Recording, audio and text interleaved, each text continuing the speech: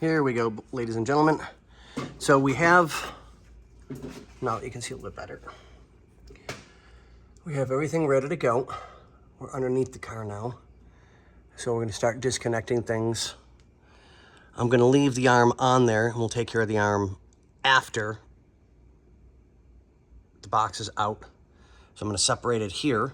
And I just noticed, after I took a wire brush to it, there is no cotter pin in that.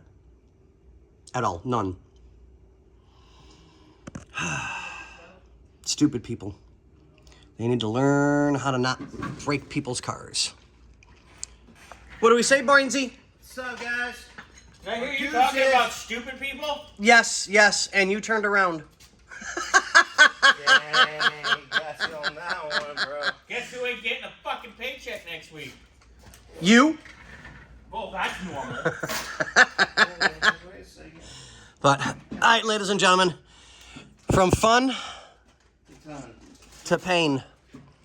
So we're gonna get ready to yank this out, and we have the new one there ready to go.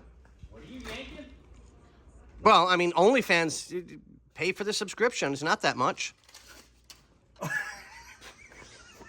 Okay, I guess he just paid for his subscription. Woo! Damn.